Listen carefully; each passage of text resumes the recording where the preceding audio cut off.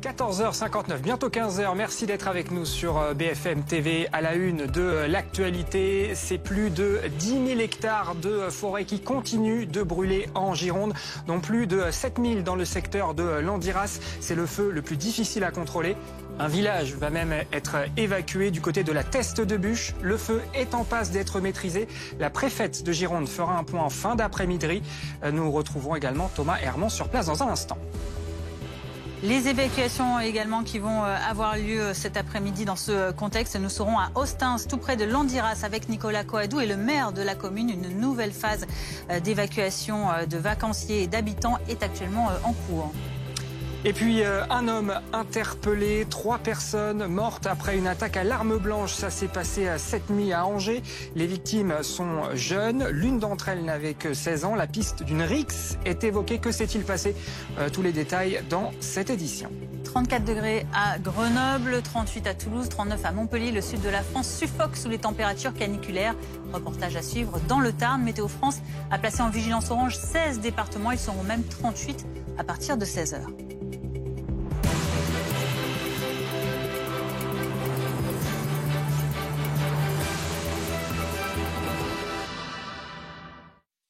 Et donc, le point d'abord sur ces incendies qui se poursuivent dans le sud-ouest de la France.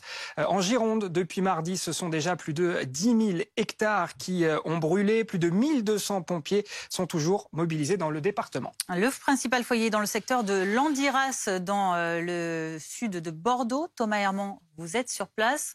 Les soldats du feu continuent leur combat contre les flammes et d'autres évacuations sont également prévues.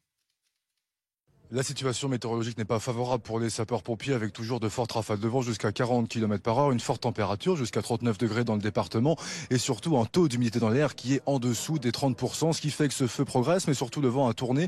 Il faut donc adapter la stratégie et c'est pour ça que de nouvelles évacuations vont avoir lieu. Potentiellement, ça représente 1500 personnes. C'est à la fois des hameaux, des habitations mais également une base de loisirs. Écoutez le sous-préfet en conférence de presse à ce sujet.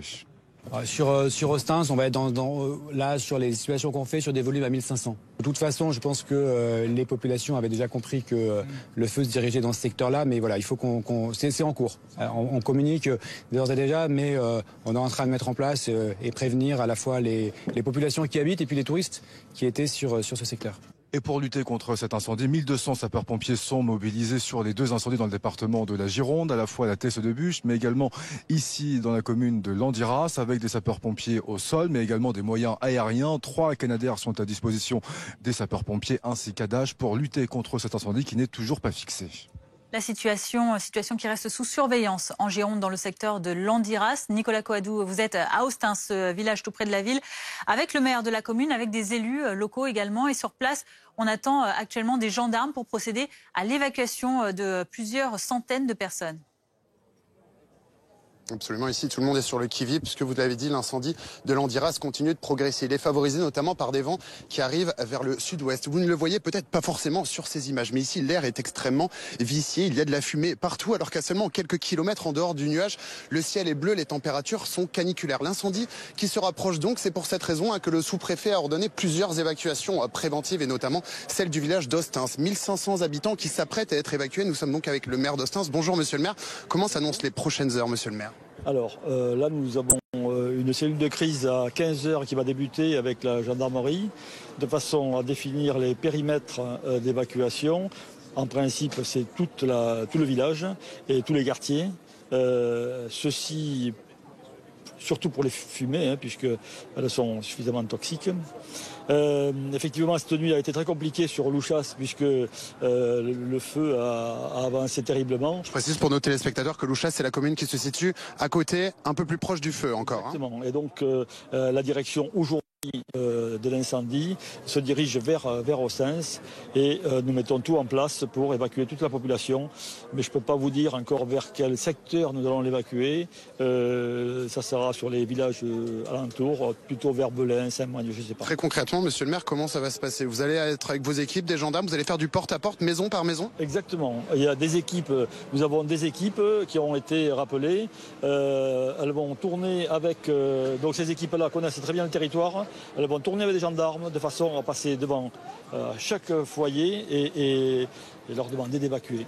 On a parlé des 1500 habitants du village d'Ostens. Il y a également énormément de touristes qui sont sur place. On a des campings, une base nautique qui ont déjà été évacués à l'heure où on se parle, monsieur le maire. Ce matin, moi j'étais informé par monsieur le sous-préfet qu'il fallait évacuer. Il m'a dit, je vous confirme ça tout à l'heure. Dès qu'il m'a confirmé, j'ai donc demandé au département d'évacuer le camping du conseil départemental, Gérard Lagore, et ensuite la base nautique et la plage. Ce qu'a fait le département très bien, et donc il n'y a plus personne sur ce secteur. J'imagine que d'un point de vue plus général, monsieur le maire, l'inquiétude est très vive auprès des habitants. Il y a également tout un travail de rassurer, c'est ça? Bien sûr, bien sûr. Alors, on va les rassurer en disant que le feu n'est pas prêt de venir sur les maisons, mais la problématique étant bien sûr les fumées. Cette odeur, voilà, vous parlez des fumées, l'air est extrêmement vicié, nos téléspectateurs ne le voient pas forcément, mais c'est difficilement respirable. Depuis quand est-ce qu'on a cette odeur ici dans le village d'Ostens? Bon, ça a commencé vraiment, on va dire, hier ou avant-hier. Ça a commencé, et ça dépend de la pression atmosphérique qui fait que ça plaque cette fumée au sol ou pas, quoi.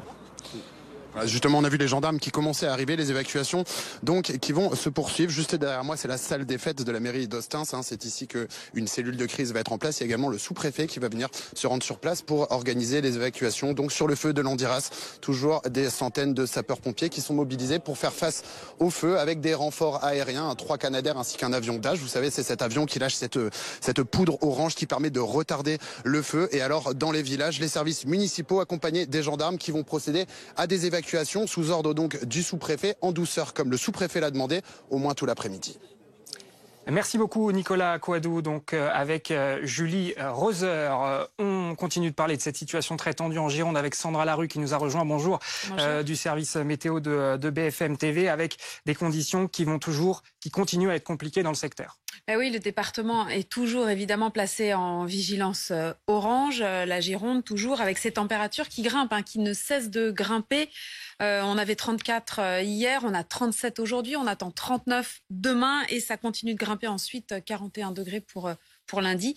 Et surtout, donc associé à cela, donc ces températures caniculaires, on a ces vents qui soufflent. Alors ils soufflent pas très fort, on a des rafales aujourd'hui entre 20 et 30 km par heure, un vent de secteur nord-est, ces températures très élevées. Et puis, ce qui va se passer, contrairement à la nuit dernière, là, ça ne va pas vraiment s'abaisser cette nuit. Les vents vont se maintenir, alors à assez faibles intensités, mais ça suffit pour compliquer le travail des pompiers sur place. Et ça se maintient encore demain, vous le voyez, demain matin, demain après-midi sur le département, avec en prime ces températures qui grimpent. Et lundi, avec ce pic de chaleur où on attend 41 degrés, on aura exactement les mêmes conditions et toujours ce petit vent de secteur nord-est qui va se maintenir, donc des rafales entre 20, 30, 40 km par heure. Donc des conditions encore très difficiles à venir en effet. Et on comprend que les pompiers restent sur le qui-vive dans le secteur de la Gironde. Merci Sandra, on vous retrouve dans le journal de 15h30 pour faire le point sur la canicule notamment. Avec ces incendies historiques en Gironde, en tout cas, ce sont plus de 12 000 personnes qui ont dû être évacuées depuis mardi. Près de 6 000 vacanciers ont ainsi été secourus la nuit dernière dans les campings du département. Oui, et on se met à leur place face au feu. Forcément, il a fallu partir en catastrophe. Mais hier soir, les personnes évacuées ont eu la possibilité de venir récupérer leurs affaires. Reportage de Pierre-Henri Holderbaum.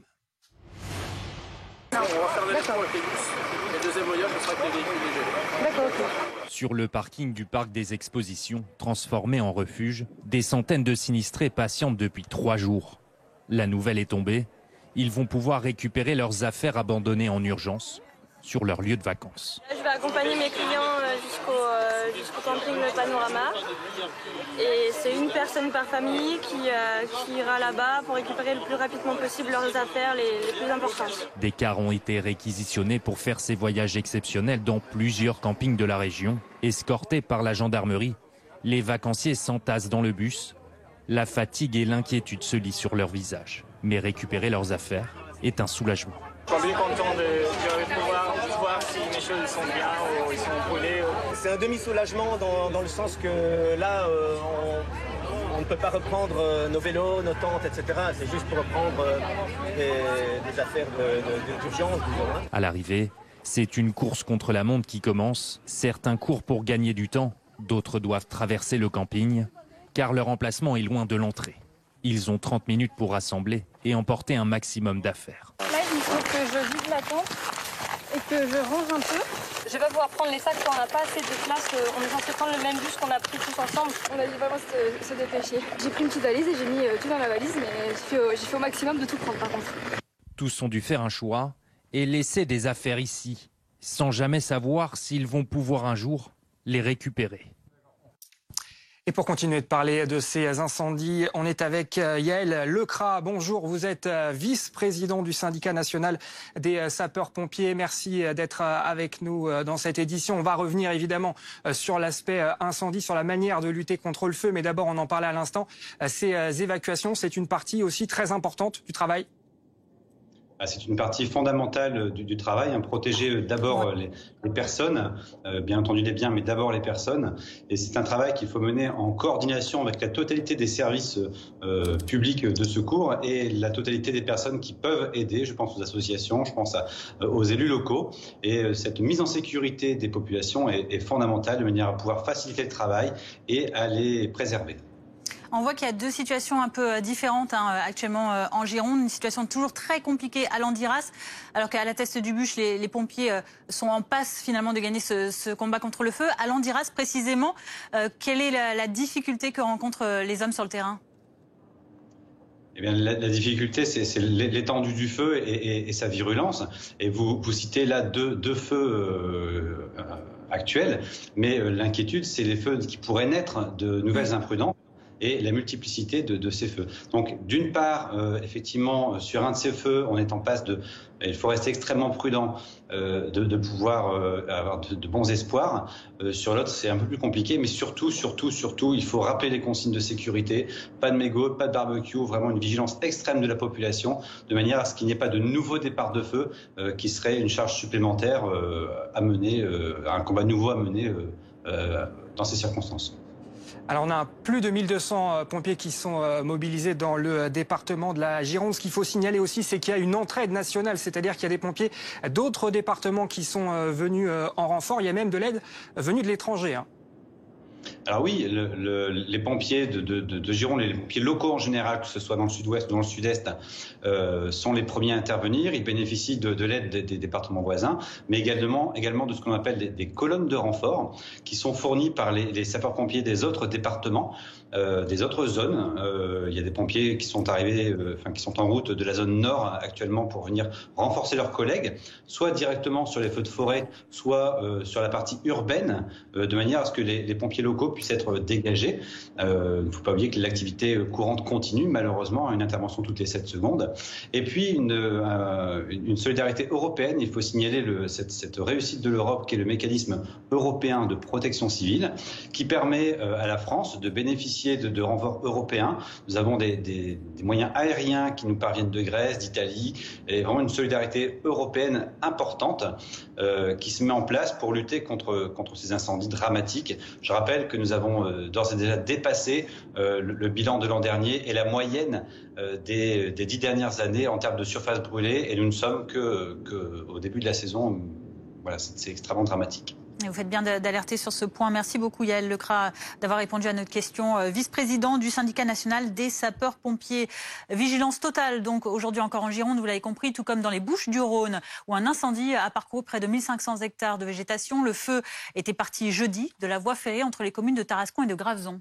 Oui, on va retrouver justement Christophe Napoli. Vous êtes justement donc du côté de Graveson. L'incendie est désormais, semble-t-il, fixé, mais les pompiers restent sur place pour des opérations de noyage et l'évaluation des dégâts écologiques. Exactement, et les dégâts sont très nombreux. Ici, nous sommes juste à côté du massif de la Montagnette, juste derrière moi. Et c'est un massif qui ressemble désormais à un paysage lunaire, puisque les flammes ont été très virulentes ici. Elles se sont rapidement propagées et jusqu'à toucher 1400 hectares de végétation. Alors ce spectacle malheureux de paysage calciné, eh bien, il a suscité beaucoup d'émotions chez les habitants que nous avons rencontrés. Ils parlent de catastrophes, de désastres écologique. Il pense bien sûr à la végétation, mais aussi aux animaux, à la faune qui a péri dans cet incendie. Beaucoup d'émotions et un travail qui, vous l'avez dit, continue sur le terrain pour les pompiers, puisqu'ils réalisent ces fameuses opérations de noyage désormais pour éviter toute reprise de feu. Je vous propose d'ailleurs d'écouter Thierry Carta. Il est au micro de Loïc Ebache. C'est un sapeur-pompier que nous avons rencontré tout à l'heure. On a été obligé de traiter certains points chauds avec de la mousse, justement pour renforcer l'action de l'eau, avec une évaporation beaucoup plus retardée. Et donc ça nous permet aussi, sur toute l'enceinte sur tout le volume, parce qu'il y a aussi, là aussi un point chaud qui est surtout en profondeur. Et donc pour pouvoir l'atteindre et pour justement refroidir l'ensemble de la zone, c'est pour ça qu'on travaille à la mousse, pour justement perdurer l'action du noyage. Et donc il faudra des années, nous ont dit les pompiers, pour que la végétation repousse et que ce paysage puisse de nouveau ressembler à ce qu'il l'était il y a quelques jours. Il y a aussi de la colère chez le maire de la commune de Graveson, Michel Pécou, qui lui va demander réparation, puisqu'on sait que le feu est parti juste derrière nous sur la voie ferrée, en raison d'un passage d'un train et des étincelles que celui-ci a générées. Merci beaucoup Christophe Napoli en direct des Bouches-du-Rhône avec Loïc Cohen pour BFM TV. La France qui n'est évidemment pas la seule concernée par ces incendies. Au Portugal aussi, plus de 2000 pompiers étaient toujours à pied d'œuvre ce vendredi pour lutter contre 4 foyers importants dans le nord et dans le centre du pays. Bilan, une 60aine de blessés, un mort. Le pilote d'un avion bombardier d'eau s'est écrasé hier en début de soirée. L'Espagne aussi s'embrase. Le principal feu a brûlé des milliers d'hectares en Estrémadure. C'est une région frontalière du Portugal. Autre feu également en Andalousie où plus de 2000 personnes ont été délogées selon les services de secours. 15h15 sur BFM TV, on fait le point sur ces 3 personnes tuées, dont un mineur, plus 3 autres légèrement blessés. C'est le bilan d'une rixe qui a éclaté la nuit dernière en plein centre-ville d'Angers. Un suspect de 32 ans a été interpellé et placé en garde à vue. Maëva Lamy, bonjour, vous êtes sur place. Que s'est-il passé exactement ? Alors effectivement, il y a eu une rixe hier soir en fait sur cette esplanade qui se trouve juste derrière moi. Vous pouvez le voir sur ces images de Mewen le prêtre. La zone est toujours quadrillée, encerclée par des barrières et il y a encore des policiers qui surveillent les lieux. Nous avons également pu voir plusieurs taches de sang au sol sur l'esplanade mais aussi dans les rues voisines, signe des violences de la nuit dernière. Alors, que s'est-il passé exactement ? Eh bien, d'après les premières informations dont nous disposons, eh bien, le suspect, un homme âgé de 32 ans, serait venu ici. Il était en fait importuné par un groupe de jeunes qui écoutaient de la musique. Il aurait été d'abord repoussé, il serait parti, mais en fait, il est revenu un petit peu plus tard, armé, cette fois-ci équipé d'une arme blanche, et il aurait alors blessé grièvement 3 personnes au thorax, des personnes âgées de 16, 18 et 20 ans et qui sont décédées des suites de leurs blessures. 3 autres personnes ont également été légèrement blessées. Le suspect a lui été maîtrisé, puis il a été interpellé par les forces de l'ordre et placé en garde à vue. Nous avons pu rencontrer des riverains qui ont entendu du bruit justement hier soir et puis qui dénoncent des nuisances finalement assez récurrentes sur cette esplanade. Je vous propose de les écouter. Ce qui s'est passé, c'est qu'à partir de minuit, on a vu qu'il y avait une fête qui se passait en face avec une sono qui commençait à devenir relativement tonitruante. C'est monté en gamme et j'ai senti que c'était pas bon. Je suis en colère parce qu'on n'a pas mis en place les moyens qu'il faut et que ça fait 3 ans que les riverains les réclament et que l'on n'est pas écouté par la ville d'Angers. Ça nous dit aussi ce drame, parce que je suis profondément triste, mais aussi en colère. C'est-à-dire, ça nous dit que finalement, quand un espace qui a vocation à être un espace public de partage est laissé à l'abandon, ça donne ça. Bien sûr, les investigations se poursuivent pour connaître les circonstances exactes de ce drame. L'enquête est confiée à la Sûreté départementale d'Angers. Merci beaucoup Maëva Lamy, donc en compagnie de Mewen le prêtre, donc depuis Angers. On va parler maintenant un petit peu des vacances dans cette édition pour ceux notamment qui partent en voiture. Il y a cette question: êtes-vous prêt à rouler moins vite sur l'autoroute pour moins polluer, mais aussi pour faire des économies? Et oui, la réponse, les Français se disent plutôt favorables selon un sondage Ipsos, donc favorable à 63%. Alors oui, justement, je suis avec Denise et Yves, on va leur poser la question. On est ici sur la A6. Est-ce que vous seriez prêt à rouler à 110 plutôt qu'à 130 afin de faire des économies de carburant ? Alors personnellement non, pour moi c'est 130. L'autoroute c'est fait pour s'adapter à la circulation. On paye pour rouler, donc 130 c'est bien. 110 si c'est nécessaire. S'il y a beaucoup de circulation, on réduit, on met le régulateur, on ne consomme pas plus. Moi, sur autoroute, je tire à 5 litres au 100 avec ma voiture. J'ai une Dacia. Bon, je roule bien avec, ça ne me pose pas de soucis. Mais personnellement, je n'ai pas envie de réduire encore ma vitesse. Surtout que réduire sa vitesse, ça sert à rien. Le problème pour faire des économies, c'est de rester toujours à la même vitesse et pas freiner, ralentir, accélérer, doubler n'importe comment. Bon, il faut respecter le code de la route, il faut respecter les gens qui sont devant nous et derrière nous. Et là, oui, on fera des économies parce qu'on roule tous à la même vitesse, gentiment, sans gros coups d'accélérateur. C'est là justement qu'il faut que les gens ils comprennent. Bon, nous maintenant on a un certain âge, on a du vécu. Nous aussi, on a fait les imbéciles sur la route. On a des coups d'accélérateur, c'est bien, on fait un peu de bruit. Non, aujourd'hui, il faut quand même que les jeunes sachent que rouler normalement, sans coup d'accélérateur et rester toujours à la même vitesse, c'est faire des économies. Merci beaucoup Denise et Yves, le message est passé. En tout cas pour vous, ce sera 130 km/h ici sur la A6 direction les vacances.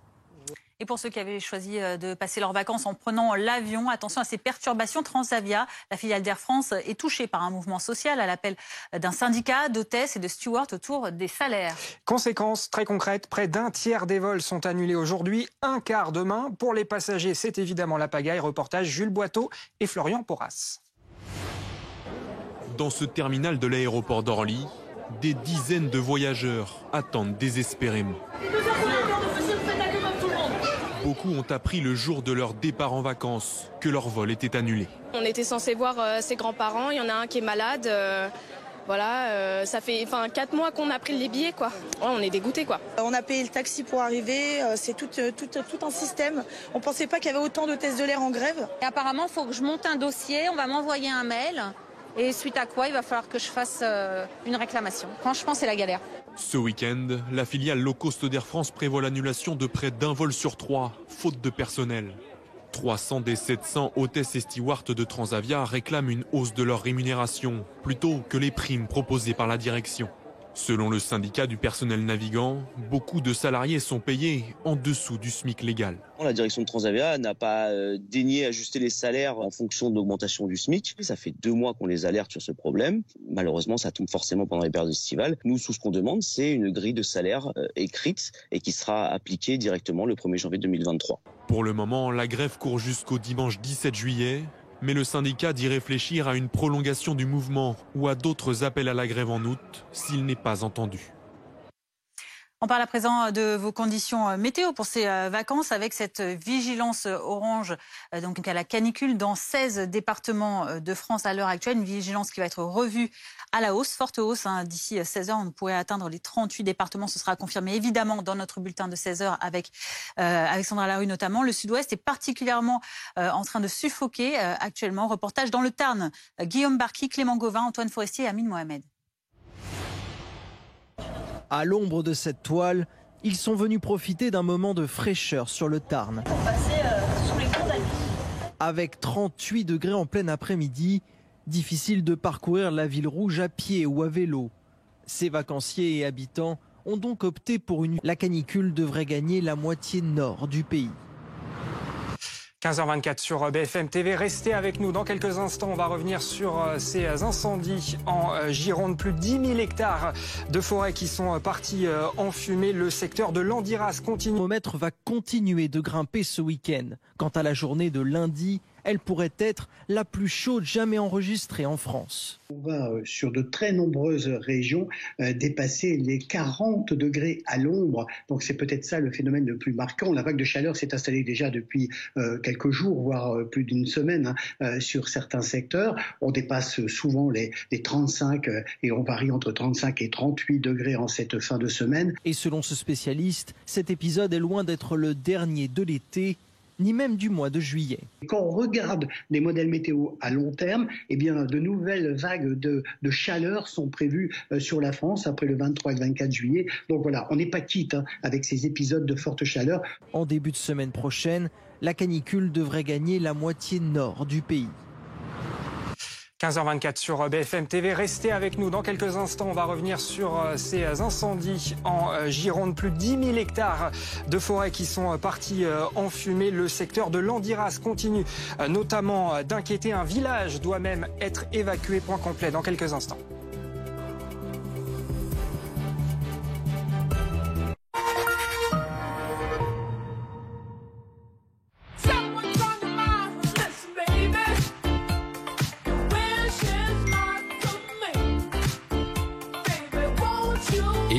À ce prix-là, vous n'êtes pas près de rentrer.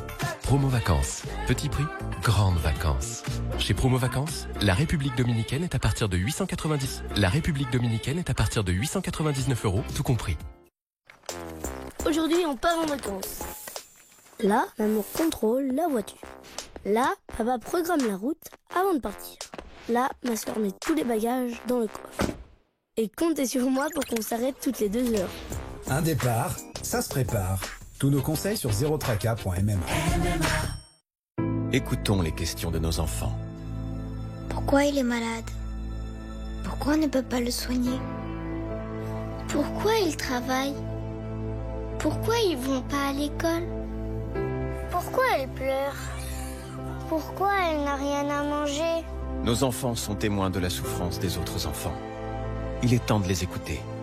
Chaque jour sur le terrain, les équipes d'UNICEF viennent en aide à ces enfants en danger. Pour tous ceux que nous devons sauver, agissez en appelant maintenant le 0801 903 902. Donnez 10 € par mois pour offrir à chaque enfant des aliments nutritifs. 10 € par mois pour recevoir les soins dont il a besoin. Pour avoir la chance d'aller à l'école. Avec 10 € par mois, vous permettez à UNICEF de donner un avenir à chaque enfant en détresse.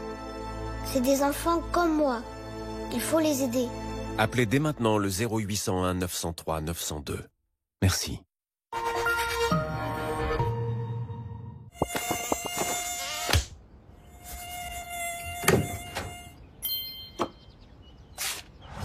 Le spray Pur Essentiel anti-pique, 7 heures de protection pour toute la famille.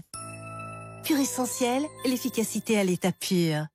Vous rêvez d'indépendance? Ne vous fâchez pas. Groupe Verlaine installe chez vous une centrale solaire de 3 kg pour produire votre électricité en toute autonomie au prix unique de 7 900 €. Oui, 7 900 €. Consultez nos experts sur groupeverlaine.com ou en composant le 3620 et dites Groupe Verlaine.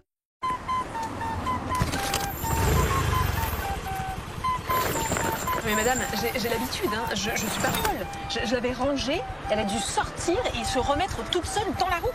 Non mais vraiment, je comprends pas. Rassurez-vous, nous on vous comprend et on vous assure à partir de 10 € par mois. Euroassurance, vous voilà rassuré. Êtes-vous prêt à passer une Nova Nuit? Endormez-vous plus rapidement, réveillez-vous moins souvent et soyez en forme le matin. Nova Nuit Triple Action libère plus rapidement la mélatonine pour passer une Nova Nuit. Vous connaissez tous Adriana Carambeu. Adriana et sa silhouette de rêve. Adriana et ses engagements associatifs. Adriana et ses émissions de télé. Mais ce n'est pas pour ça qu'on l'a choisie comme marraine de Comme J'aime. Ah bon? C'est pourquoi? Eh bien, parce qu'en nutrition, elle en connaît un rayon. Et vous savez, il n'y a pas de secret. Pour perdre du poids, il faut manger sain et équilibré. Avec Comme J'aime, vous allez perdre du poids de manière raisonnée. Alors, rendez-vous sur commej'aime.fr. commej'aime.fr. La météo avec Jean de Confiance. Annonce de location de vacances, immobilier, babysitting. La confiance est notre différence. La météo avec Citia Immobilier. Pour tous vos projets, pensez Citia Immobilier. Bien chez soi.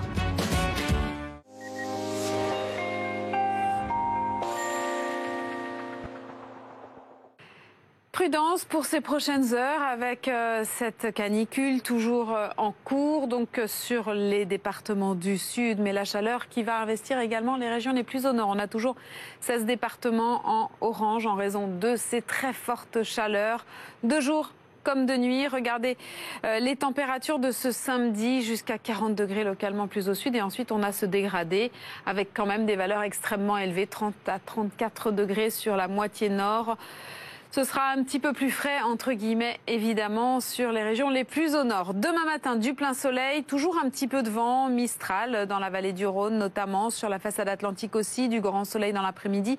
Tout au plus, un léger voile nuageux et puis ces températures qui continuent de grimper. On va voir demain matin des valeurs toujours très élevées sur le littoral méditerranéen, sur le sud-ouest, 25, 21 degrés sur la façade atlantique, Aquitaine, 18 degrés, ce sera pour Paris. Et dans le courant de l'après-midi, eh bien, les températures continuent de grimper localement jusqu'à plus de 40 degrés et ça monte aussi sur les régions du nord. Dans le détail, voilà ce que ça va donner. 33 à Paris jusqu'à 35 à Brest, 40 degrés sur Toulouse. C'était la météo avec Jean de Confiance. Annonce de location de vacances, immobilier, babysitting. La confiance est notre différence. C'était la météo avec Citia Immobilier. Pour tous vos projets, pensez Citia Immobilier, bien chez soi. 15h30, bienvenue sur BFM TV. Si vous nous rejoignez à la une, c'est plus de 10 000 hectares de forêt ravagés en Gironde et des centaines de pompiers toujours mobilisés à Landiras notamment, où plus de 7 000 hectares sont partis en fumée, avec un brasier toujours difficile à dominer, où les nouvelles évacuations ont lieu aujourd'hui dans le secteur. Le parquet par ailleurs confirme que la piste criminelle est envisagée. Quant à la teste de bûche, le feu est lui en passe d'être maîtrisé, mais toujours à prendre avec beaucoup de précautions. La préfète de Gironde fera un point situation dans l'après-midi. Nous sommes en plateau avec Éric Brocardi, porte-parole de la Fédération nationale des sapeurs-pompiers de France. Et dans ce contexte, les évacuations se poursuivent. Nous serons à Ostens, tout près de Landiras, avec Nicolas Coadou et le maire de la commune, avec une nouvelle phase d'évacuation d'habitants et de vacanciers qui est en cours. 3 personnes, dont un mineur, tué hier par arme blanche en plein centre-ville d'Angers. Une rixe aurait éclaté entre un groupe de personnes et le suspect qui se plaignait de la musique trop forte. Un homme de 32 ans est en garde à vue. Les détails dans ce journal.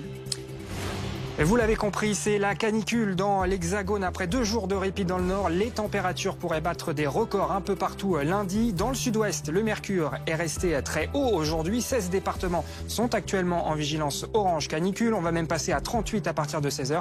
Le point avec Sandra Larue dans ce journal. Mais tout d'abord, le point sur la situation dans le sud-ouest de la France, en Gironde, avec ces incendies qui continuent à mobiliser des centaines de pompiers. C'est le cas notamment avec ces 10 000 hectares au total partis en Gironde entre les feux de Landiras, 7 000 hectares et la teste de bûche, plus de 3 200 hectares. On voit ici ces images de Landiras et donc ce foyer toujours actif que les pompiers ont bien du mal à maîtriser sur place. Il progresse, cet incendie. Heureusement, il n'a pas fait de victimes à l'heure actuelle. 2200 personnes ont été évacués depuis mardi avec une thèse criminelle qui est privilégiée, a confirmé le parquet. On vous retrouve près de Landiras, Nicolas Coadou, vous êtes à Ostens précisément, avec de nouvelles évacuations de personnes qui vont avoir lieu car les fumées s'approchent. Absolument. Ici, on est dans la cellule de crise à Ostens, village à quelques dizaines de kilomètres des flammes. L'incendie, vous l'avez dit, de Landiras qui continue de se propager avec des vents qui sont renforcés jusqu'à 40 km/h en direction du sud-ouest. À l'extérieur, l'air est extrêmement vicié. C'est pour cette raison que le sous-préfet, que nous allons aller rencontrer tout de suite, a ordonné l'évacuation préventive. Bonjour, monsieur le sous-préfet. On parle bien d'évacuation préventive. Pour qu'on comprenne bien, quelles zones sont concernées aujourd'hui? Oui, alors le feu avance. Actuellement, il est localisé, la tête de feu, au niveau de la commune de Louchatz. Donc on est à 5-6 km au nord-est. Donc on a un feu qui progresse en direction du sud-ouest, qu'on a déjà eu l'occasion de l'expliquer. Donc dans l'axe du feu, il y a cette commune d'Ostens. Donc on a défini un périmètre qui va de Villingrain un peu plus au nord, Ostens, Le Touzan et un petit bout de Saint-Symphorien. Et donc sur ces secteurs, on procède à l'évacuation. Alors ici, la commune d'Ostens, c'est celle qui a le plus d'habitants. Il y a aussi une base nautique, donc il y a plus d'enjeux ici. Et l'objectif, c'était effectivement d'être dans l'anticipation, pour pas avoir à faire une évacuation dans des conditions plus compliquées la nuit, donc où le feu est encore loin. Le feu n'est pas aux portes de la commune, pas du tout. Néanmoins, on se prépare. Ça nous permet de faire une évacuation, vous voyez, ça reste compliqué. C'est une évacuation d'une commune qui fait à peu près 1500 habitants, avec une base nautique, avec des touristes. Donc ça reste compliqué, mais on l'a fait dans des conditions plus sereines parce qu'on a du temps. On a toute l'après-midi pour effectuer cette évacuation. Comment est-ce que ça se passe concrètement, une évacuation? Parce que bien sûr, il y a des appels sur les réseaux sociaux, il y a plein de gens qui en ont pas. C'est quoi? On va toquer à chaque porte et puis on demande aux gens d'évacuer? Alors il y a plusieurs choses. D'abord, la prise de décision. Il faut savoir que j'ai eu un échange ce matin avec monsieur le maire de la commune pour lui dire qu'il y avait une probabilité qu'on soit amené à évacuer sa commune, pour qu'on fasse ça en lien étroit et en coordination avec lui. Et ensuite, donc, on a pris la décision en début d'après-midi, toujours en lien avec monsieur le maire et par rapport aux informations de la zone de feu. Donc à partir du moment où la décision est prise, on sait qu'on a du temps pour le faire et l'organisation, elle se fait avec l'aide de monsieur le maire et de ses services. Donc d'abord donner l'information à la population, ensuite ce que vous voyez autour de vous, rassembler la population ici et puis prévoir les évacuations. La difficulté, c'est qu'il faut qu'on s'assure que tout le monde parte, donc effectivement que tout le monde ait l'information. Donc on a beaucoup de gendarmes qui sont mobilisés sur cette opération et c'est important de le dire. On parle beaucoup des pompiers sur cette crise, mais les gendarmes ont un rôle essentiel. Alors leur mission, c'est de s'assurer que ce soir, toute la commune soit évacuée. évacuer. Donc, bien sûr, l'information a circulé très rapidement dans la commune, mais il faudra s'assurer maison après maison que tout le monde l'a eu et que tout le monde est parti. On fait ça de façon la plus calme possible, malgré un contexte qui génère forcément du stress. Et ça veut dire qu'il y a des situations particulières sur lesquelles il faut qu'on soit vigilant. Il y a des personnes plus âgées, à mobilité réduite. On a des enfants aussi sur la base nautique, des mineurs qui étaient en vacances, en colonie de vacances. Donc tout ça s'organise. On est au début de la manœuvre, hein, si on peut dire, là, depuis à peu près une demi-heure, une heure, et donc elle va se poursuivre toute l'après-midi. Et on va essayer d'accompagner avec les gendarmes. Je rappelle aussi le rôle très important des associations de protection civile, notamment la Croix-Rouge, qui est là pour nous aider, parce qu'il faut déplacer des populations, il faut des moyens aussi. On a des bus, voilà, et puis on essaye surtout de gérer au mieux la répartition des populations sur les différents centres qui sont autour du site. Est-ce que vous confirmez qu'il y a également les communes de Saint-Symphorien qui est concernée? Y a-t-il d'autres communes pour que ce soit bien clair pour tout le monde? Alors, pour que ce soit bien clair, et en l'absence de cartographie, c'est pas si évident, on a une bande un petit peu en forme de banane qui part au nord de Villagrin, qui est en fait un hameau de la commune de Cabanac et Villagrin. Et ensuite, en descendant, donc on a Ostens, et puis on poursuit, on a Le Touzan. Là, c'est des communes qui sont assez largement évacuées. Et ensuite, pour ce qui est de Saint-Symphorien, c'est uniquement quelques hameaux tout à fait au nord-nord-ouest de la commune. Donc c'est pas le bourg de Saint-Symphorien. Voilà, merci beaucoup, monsieur le sous-préfet. Voilà, vous l'entendez, des évacuations qui vont se poursuivre tout l'après-midi. Et sur le front du feu, plusieurs centaines, en tout 1200 sapeurs-pompiers sont toujours en train de se battre contre les flammes avec des renforts aériens, Canadair, Dash. Vous savez, c'est cet avion qui lâche un agent retardant sur les flammes. Donc ici, tout le monde est sur le pont. Vous voyez d'ailleurs sur les images de Julie Roser, les gendarmes qui vont être accompagnés d'élus de terrain, puisque c'est eux qui connaissent le mieux le maillage territorial, qui vont pouvoir leur indiquer les maisons qui sont concernées par ces évacuations qui vont se poursuivre, comme vous l'a expliqué le sous-préfet, au moins une bonne partie de l'après-midi. Merci beaucoup Nicolas Coadou, sur place du côté d'Ostens avec Julie Roser. Pour parler de ces incendies, on retrouve en plateau notre invité Éric Brocardi. Bonjour. Bonjour. Vous êtes porte-parole de la Fédération nationale des sapeurs-pompiers de France. La situation est à ce point grave qu'il faut évacuer, on vient de le voir, un village. Si on revient maintenant sur le plan du combat contre le feu, on est d'accord que ce feu du côté de l'Andiras, ça reste vraiment le gros point de vigilance? Alors la situation elle est préoccupante, c'est vrai, mais monsieur le sous-préfet a dit quelque chose de très clair et très net, c'est qu'ils sont dans l'anticipation pour éviter après qu'on soit dans la panique. Donc c'est toute la capacité aujourd'hui d'une gestion de crise, c'est d'être dans la mesure d'avoir une force d'anticipation pour permettre à un moment donné de ne pas évacuer et que ça soit effectivement une situation complexe due à la panique et au stress qui va empêcher et qui va commencer effectivement à toucher l'intégrité humaine. Donc à partir de là, on essaie d'anticiper un maximum d'événements. Ce qui est force de constater, c'est qu'il y a des éléments clairs qui ont été précisés, c'est que ce sont potentiellement un feu qui prend une direction, mais à T+3, T+4, T+5 ou 6 heures en fonction des évaluations qui ont été faites. Et à partir de là, c'est important de doser en fonction de cette anticipation quels renforts vont avoir besoin les pompiers sur place. Et c'est pour ça que la zone sud-est de la France a été actuellement déclenchée pour pouvoir amener notamment une centaine de sapeurs-pompiers, mais qui auront une action plus feu urbanisée pour justement essayer d'avoir des protections de points sensibles assez nécessaires dans le cadre de la prévention et dans le cadre de l'anticipation si jamais le feu continue à progresser dans ce sens-là. Parce que c'est vrai qu'aujourd'hui, pourquoi il y a autant d'anticipation, c'est que la lecture du feu est extrêmement difficile sur zone. Il y a des vents, il y a à un moment donné aussi des phénomènes de végétaux qui font que le feu a tendance à vouloir grignoter plus une part qu'une autre. Donc à partir de là, on essaie de parer à toutes les situations en mettant en place du prépositionnement de véhicules, en évacuant dans le calme et justement dans la tranquillité pour permettre justement que les axes autoroutiers ne soient pas bouchés, que les axes routiers aussi à travers les pénétrantes, puisque nous on appelle cela aussi des pénétrantes, ce sont des axes de circulation où les sapeurs-pompiers vont essayer d'aller au contact le plus vite et au plus près des flammes. Donc cela veut dire que on prend toutes les mesures nécessaires pour que l'action des sapeurs-pompiers soit ultra rapide. Merci, vous restez avec nous, Éric Brocardi. Nous sommes également avec Sandra Larue, spécialiste météo BFM TV. Sandra, ces incendies qu'on voit, ils sont forcément favorisés par le vent, la sécheresse et bien sûr la chaleur. On va parler de cette vague caniculaire qui revient, en tout cas sur l'ensemble de la France, même si le sud-ouest depuis n'a pas vraiment été épargné. Et ça s'installe un peu partout pour ces prochains jours avec des températures records attendues en début de semaine. Alors oui, surtout sur l'ouest, en effet. C'est vrai que le mercure va grimper très haut et ça va être très progressif. Alors on le voit, cette carte de vigilance avec ces 16 départements, vigilance qui va évoluer aux alentours de 16 heures. Donc il faudra vraiment restez informés. Cette vigilance qui va s'étendre sur de nombreux départements. Donc 16 départements toujours à l'heure actuelle. Les températures grimpent et ça va aller crescendo. Donc tout au long de ce week-end, cette pompe à chaleur qui s'est mise en place là sur cette dépression au large du Portugal et qui amène cet air de plus en plus chaud. Les températures en effet vont bien grimper. Déjà aujourd'hui, on peut noter une hausse. Alors déjà, cette chaleur qui se maintient, voire qui s'intensifie sur les départements placés en vigilance orange, et une hausse qui se met en place tout doucement aussi sur les départements du Nord. Il faisait 27 degrés hier à Paris, on attend 30 degrés aujourd'hui et donc ça va aller crescendo au fil des jours. Dimanche, donc demain, ça s'intensifie encore sur le sud-ouest, donc sur les départements à l'heure actuelle en vigilance orange, localement plus de 40 degrés. Sur le nord-ouest aussi, vous voyez 34 à 36 degrés. Et c'est là qu'on va surveiller les records probablement. Alors le pic est attendu entre lundi et mardi. Et ce sera probablement donc sur la Bretagne qu'il faudra regarder avec des températures très élevées. Déjà demain après-midi, ça grimpe, 36 à Nantes, 35 degrés du côté de Brest, de Rennes aussi, 33 à Paris, on monte aussi d'un cran, 40 degrés dans le sud-ouest. Et donc pour ces 2 journées de lundi et mardi sous surveillance avec cette chaleur qui va s'intensifier vraiment, vous le voyez sur la façade atlantique, jusqu'à 40-42 degrés possibles jusque dans l'intérieur des terres, sur l'intérieur de la Bretagne notamment.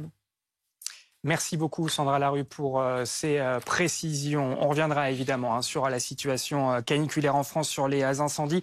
Mais cette actualité également aujourd'hui, cet homme interpellé du côté d'Angers. Il est suspecté d'avoir tué hier à coups de couteau 3 jeunes, dont un mineur âgé de 16 ans sur fond de rixe. Le procureur s'est exprimé dans la journée. Une enquête est ouverte. Restez avec nous, 15h41. Dans un instant, nous reviendrons évidemment sur ces incendies dans le sud-ouest en Gironde. À Landiras, où il est toujours actif, plus de 7000 hectares ont brûlé, plus de 3200 du côté de la Teste de Buche. Mais c'est à Landiras que la situation est la plus complexe, avec les villages alentours qui sont évacués par précaution. C'est le cas en tout cas à Ostens, où nous étions avec Nicolas Coadou à l'instant et le sous-préfet. Nous resterons évidemment sur ces incendies pour vous faire suivre la situation en direct. À tout de suite. Ce week-end, gros plan sur ces entreprises qui font bouger les marchés. De par les caractéristiques de son économie, préserver elle-même les entreprises. TPE, PME, start-up, l'actualité business. Ce week-end sur BFM TV.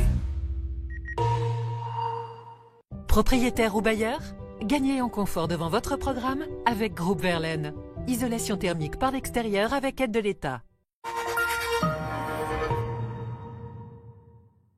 C'est bon, elle est enfin prête? Voilà. Ah d'accord. Donc déjà que j'ai attendu 1000 ans pour la révision de ma voiture électrique, en plus ça me coûte la peau des fesses. Oui, madame. Et ben voilà. Sinon, maintenant, pour votre véhicule électrique, il y a la e-révision Midas avec garantie constructeur préservé. En ce moment, moins 30% sur les plaquettes de frein. Midas. Pour vous, on se dépasse. Mais oh, pas Versailles ici. Et vous croyez où là? C'est pas Versailles ici. C'est pas... Hop. On est chaque jour un peu plus nombreux à faire des économies d'énergie. Avec Total Énergie, c'est simple. Une énergie moins chère et des services pour réduire votre consommation.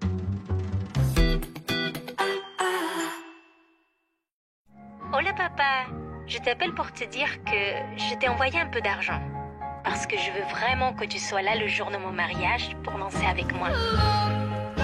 En envoyant de l'argent, vous envoyez bien plus que de l'argent. Téléchargez notre application, envoyez de l'argent en ligne pour en retrait en espèces. Western Union. Avec Vérissure, la sécurité c'est chez vous, mais aussi pour votre entreprise. Découvrez Vérissure Pro, l'alarme conçue spécialement pour les commerçants et petites entreprises, avec caméra connectée 24h/24, bouton panique et appel aux forces de l'ordre. Vérissure Pro, notre meilleure protection pour vous les pros. Rendez-vous vite sur vérissure.fr/pro pour demander votre devis gratuit et profiter des offres exceptionnelles de l'été. À la Caisse d'épargne, on sait qu'un Français sur 3 est maladroit. Un Français sur 3 pour qui la Caisse d'épargne a décidé d'être encore plus utile avec une assurance habitation qui couvre aussi les dommages causés par maladresse. Caisse d'épargne, vous êtes utile.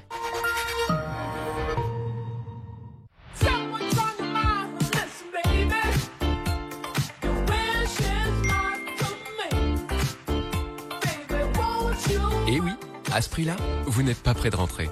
Promo Vacances. Petit prix, grandes vacances. À saisir chez Promo Vacances, les Baléares sont à partir de 349 €, tout compris. Propriétaire ou bailleur, en isolant votre maison par l'extérieur, restez au frais. Augmentez la performance énergétique et la valeur de votre bien. Et profitez de l'été avec 10% de remise. Inscrivez-vous vite sur groupeverlaine.com ou appelez le 3620 et dites Groupe Verlaine.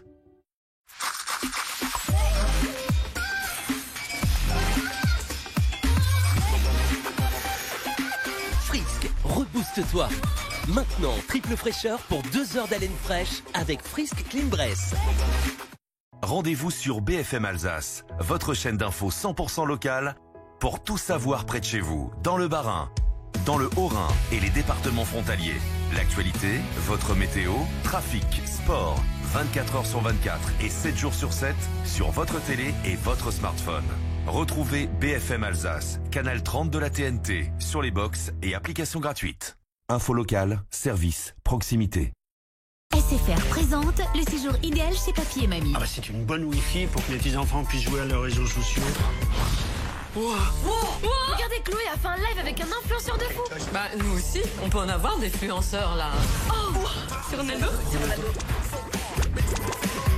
C'est qui? C'est le joueur de basket. Profitez de la fibre de SFR et du Wi-Fi 6 partout dans la maison.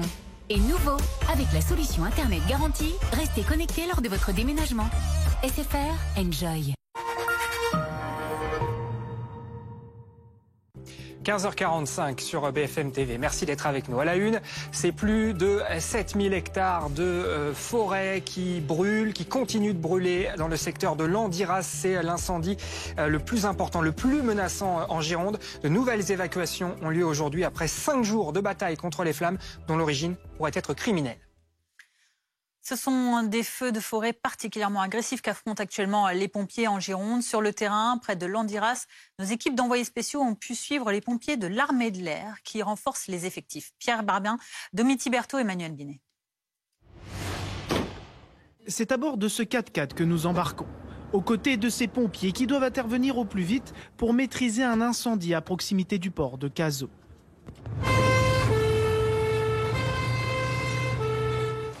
À seulement quelques mètres des flammes, ces soldats du feu déroulent leurs lances. Rapidement, ce foyer est éteint, mais la prudence est de rigueur car les conditions sont propices à de nouveaux incendies. Vu que ça fait 10-15 jours à peu près qu'il n'y a pas eu de pluie et énormément de chaleur, ça a séché. C'est venu du front là-bas, le feu a sauté, il est arrivé ici et comme vous pouvez constater, la végétation est dense. Donc là, pour des reprises, c'est juste parfait. Dans ce village aux allures de ville fantôme, nous avons suivi ces soldats du feu qui progressent malgré cette épaisse fumée noire. Ici, impossible de sortir du véhicule. La zone enregistre de nombreuses reprises de feu. C'est pourquoi ces lances fixées sur les camions sont indispensables. David, il est en train de reprendre dans l'axe du petit chemin là. Face aux incendies des derniers jours, cette équipe issue de l'armée de l'air et de l'espace a été mobilisée spécialement pour prêter main forte. On utilise jusqu'à 10 camions d'appui incendie qui sont des camions d'aérodrome au départ. Et c'est jusqu'à 40 pompiers de l'air qui sont engagés en permanence aux côtés de leurs collègues civils. Leur mission principale, lutter contre les reprises d'incendie. Au milieu des troncs d'arbres noircis par les flammes et de la terre encore fumante, ils ratissent méticuleusement toute la forêt brûlée. Quand on voit des fumerolles comme ça, on regarde si ça peut repartir. Et le souci, c'est surtout quand ça brûle à la souche des arbres. Si l'arbre crame à l'intérieur, à cœur, c'est là où il risque de s'effondrer. Au total, plus de 1200 pompiers sont à pied d'œuvre en Gironde.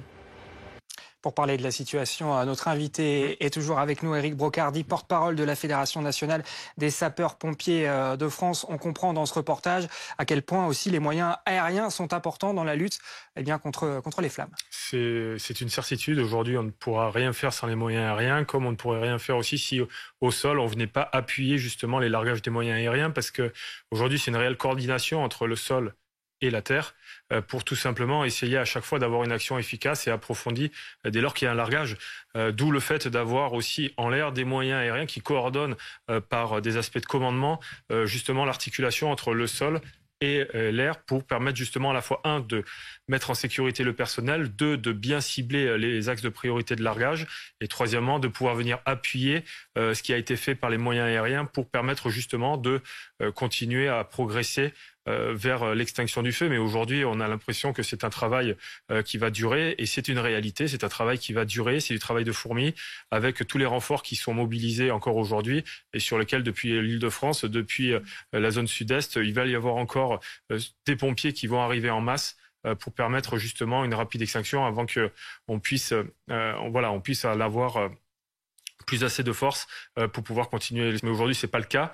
Face à une articulation très stratégique entre le centre opérationnel zonal, le centre opérationnel de gestion interministérielle des crises et les CODIS, qu'on appelle les centres opérationnels départementaux, on arrive à quantifier les moyens nécessaires qui permettent à la fois de préparer des relèves, parce que les sapeurs-pompiers, depuis quelque temps, sont dans une phase de fatigue. Aujourd'hui, on a commencé à relever de manière continue le personnel. Ça prend parfois du temps. Ça nécessite de réexpliquer à chaque fois les missions et les fonctions des uns et des autres. Mais auquel cas, de toute façon, la force des secours va permettre de toute façon de résorber cette situation-là, avec l'appui, comme on l'a vu tout à l'heure, à la fois des forces intérieures, que ce soit la gendarmerie, la police, mais aussi les bras armés des mairies, savoir la police municipale, et en même temps des associations agréées de sécurité civile, qui sont là pour accueillir toutes les évacuer et on va dire plutôt pour l'instant les déplacer de manière préventive, parce que derrière le mot évacuer, on a tendance souvent à mettre un état d'alerte de situation dangereuse. Mais pour autant, ça reste une situation préventive, comme ça a été expliqué. Merci beaucoup pour toutes ces précisions, Éric Brocardi, et merci surtout de nous avoir accordé du temps. On sait que vous aussi, vous êtes très sollicité ces derniers jours par ces informations. Vous êtes porte-parole de la Fédération nationale des sapeurs-pompiers de France. Des feux attisés par la chaleur, 16 départements sont actuellement en vigilance orange canicule. C'est le cas du Tarn, notamment une vigilance qui va en plus augmenter au fur et à mesure de la journée. Aux alentours de 16 h, on fera le point avec Sandra Larue. Antoine Forestier, on vous retrouve donc dans le Tarn. Vous êtes à Castres, dans une exploitation laitière. Quelles sont les difficultés qu'impose la canicule sur cette activité ? Oui, parce qu'on a parlé beaucoup des conséquences de la canicule sur les humains, mais sur les animaux également, ces fortes chaleurs, c'est très compliqué avec ces vaches ici. Il y en a une 60aine. Christian Osnack, vous êtes le responsable ici de cette exploitation. Quels sont les signes visibles qui montrent que ces vaches actuellement souffrent de la chaleur ? Alors les signes visibles, c'est des vaches qui soufflent beaucoup, qui tirent la langue, malgré les ventilateurs et tout. Vous voyez, sous le bâtiment, c'est étouffant, quoi. Il fait peut-être 35 degrés, quoi. Les ventilateurs déclenchent le matin à 9 h et ils tournent jusqu'à minuit, 1 h du matin. On a même des vaches qui se couchent carrément par terre et qui se couchent même pas sur les logettes pour essayer de trouver un peu de frais, quoi. Voilà. Habituellement, elles bougent beaucoup plus, elles sont beaucoup moins... Ouais, là, honnêtement, on a des vaches amorphes qui bougent très peu, qui, bien sûr, par conséquent, ont moins de défense immunitaire. Elles boitent un peu plus, elles ont du mal à aller se faire traire et tout. Perte de lait, bien sûr. Comment ça se chiffre, cette conséquence sur le nombre de litres de lait par jour que vous récoltez ici ? La conséquence, là, on a perdu 3 à 4 litres de lait par vache, quoi, au moins, depuis cette forte chaleur. Et malheureusement, c'est pas fini. Ce qui nous fait très peur, c'est que à partir de dimanche, ils nous annoncent le vent d'OTAN, le vent de sud, là, où c'est que les nuits, ça ne refroidira même pas. Ils nous annoncent... je crois 24-25 degrés toute la nuit. Alors là, on a un peu peur pour les bêtes et même ça peut arriver jusqu'à la mort de la vache, quoi, si elle a trop chaud, quoi. Dans le Tarn, on est habitué aux fortes chaleurs. Là, on est nettement au-dessus de ce que vous avez pu connaître ces dernières années. Ah oui, là, on est nettement au-dessus. Et puis le problème, c'est que ça dure, quoi. C'est depuis le mois de mai. Depuis le mois de mai, on n'a pas eu d'eau. C'est catastrophique, quoi. Là, on parle d'ensiler les maïs la semaine prochaine. On a un mois d'avance, des maïs vraiment qui ne sont pas du tout jolis, mais bon, il faut le faire parce que la plante se dessèche et il faut ensiler, quoi. Voilà, quoi. Merci beaucoup, Christian, d'avoir répondu en direct à nos questions. Sur Castres, cet après-midi, au plus fort, on va atteindre jusqu'à 38 degrés. C'est tout simplement 9 degrés au-dessus des normales de saison. Merci beaucoup, Antoine Forestier, avec Amine Mohamed, justement, puisqu'on en parle. La météo. La météo avec Jean de Confiance. Annonce de location de vacances, immobilier, babysitting. La confiance est notre différence.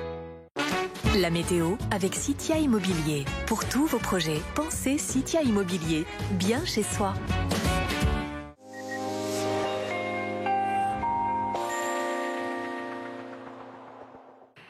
Prudence pour ces prochaines heures avec cette canicule toujours en cours, donc sur les départements du sud, mais la chaleur qui va investir également les régions les plus au nord. On a toujours 16 départements en orange en raison de ces très fortes chaleurs. 2 jours comme de nuit. Regardez les températures de ce samedi, jusqu'à 40 degrés localement plus au sud. Et ensuite, on a ce dégradé avec quand même des valeurs extrêmement élevées, 30 à 34 degrés sur la moitié nord. Ce sera un petit peu plus frais, entre guillemets, évidemment, sur les régions les plus au nord. Demain matin, du plein soleil, toujours un petit peu de vent, Mistral, dans la vallée du Rhône notamment, sur la façade atlantique aussi, du grand soleil dans l'après-midi. Tout au plus, un léger voile nuageux et puis ces températures qui continuent de grimper. On va voir demain matin des valeurs toujours très élevées sur le littoral méditerranéen, sur le sud-ouest, 25-21 degrés sur la façade atlantique, Aquitaine, 18 degrés, ce sera pour Paris. Et dans le courant de l'après-midi, eh bien, les températures continuent de grimper localement jusqu'à plus de 40 degrés. Et ça monte aussi sur les régions du nord. Dans le détail, voilà ce que ça va donner. 33 à Paris jusqu'à 35 à Brest. 40 degrés sur Toulouse. C'était la météo avec Jean de Confiance. Annonce de location de vacances, immobilier, babysitting. La confiance est notre différence. C'était la météo avec Citia Immobilier. Pour tous vos projets, pensez Citia Immobilier. Bien chez soi. Le saviez-vous? Paris-Plage fête ses 20 ans cette année. Depuis son ouverture, des millions de Parisiens et de touristes ont pu profiter des activités ludiques et sportives proposées gratuitement. Et depuis 2017, on peut même se baigner au bassin de la Villette. Paris-Plage en partenariat avec BFM TV.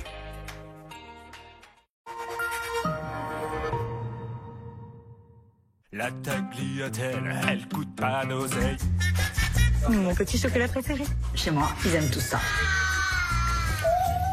J'adore. Miam, miam. En plus, c'est à la vanille. C'est pour qui les bonnes croquettes? La prime famille, c'est moins 10% avec la carte Carrefour et moins 15% en payant avec la carte Pass sur les produits du quotidien les plus consommés par les familles. C'est aussi ça, Act for Food. Vous connaissez tous Adriana Carambeu. Adriana et sa silhouette de rêve. Adriana et ses engagements associatifs. Adriana et ses émissions de télé. Mais ce n'est pas pour ça qu'on l'a choisie comme marraine de Comme J'aime. Ah bon? C'est pourquoi? Eh bien, parce qu'en nutrition, elle en connaît un rayon. Et vous savez, il n'y a pas de secret. Pour perdre du poids, il faut manger sain et équilibré. Avec Comme J'aime, vous allez perdre du poids de manière raisonnée. Alors, rendez-vous sur commej'aime.fr. commej'aime.fr.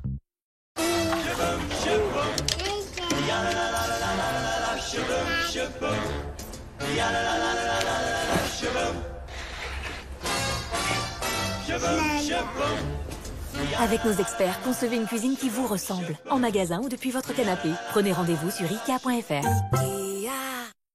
Dès qu'elle est entrée chez Spoticar, j'ai su qu'on allait vivre plein de choses ensemble. Et que si on m'avait aussi bien révisé et préparé, c'était pour le jour où elle aussi serait prête pour moi. Spoticar, l'un des plus grands réseaux de voitures reconditionnées en France. Plus de 40 000 véhicules disponibles immédiatement, en ligne ou en concession. Spoticar, nos voitures n'attendent plus que vous.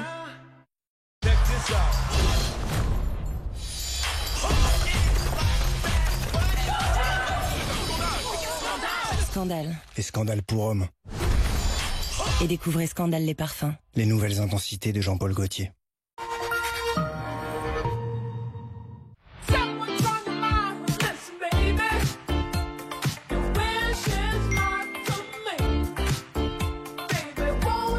Et oui, à ce prix-là, vous n'êtes pas près de rentrer. Promo Vacances. Petit prix, grandes vacances. Chez Promo Vacances, la République Dominicaine est à partir de 899 €, tout compris. À la Caisse d'épargne, on sait qu'un Français sur 3 est maladroit. Un Français sur 3 pour qui la Caisse d'épargne a décidé d'être encore plus utile avec une assurance habitation qui couvre aussi les dommages causés par maladresse. Caisse d'épargne, vous êtes utile. Vous voyez cet éleveur, cette productrice de fromage et ce producteur de tomates? Ils font tous partie des alliances locales Leclerc. Des circuits courts entre des magasins Leclerc et des petits producteurs.